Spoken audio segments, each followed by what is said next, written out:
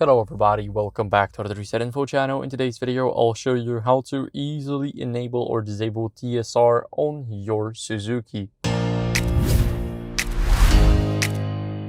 So I am on the Suzuki e-Vitara. Now what are we going to do here is we're going to go and tap on settings and go to ADAS.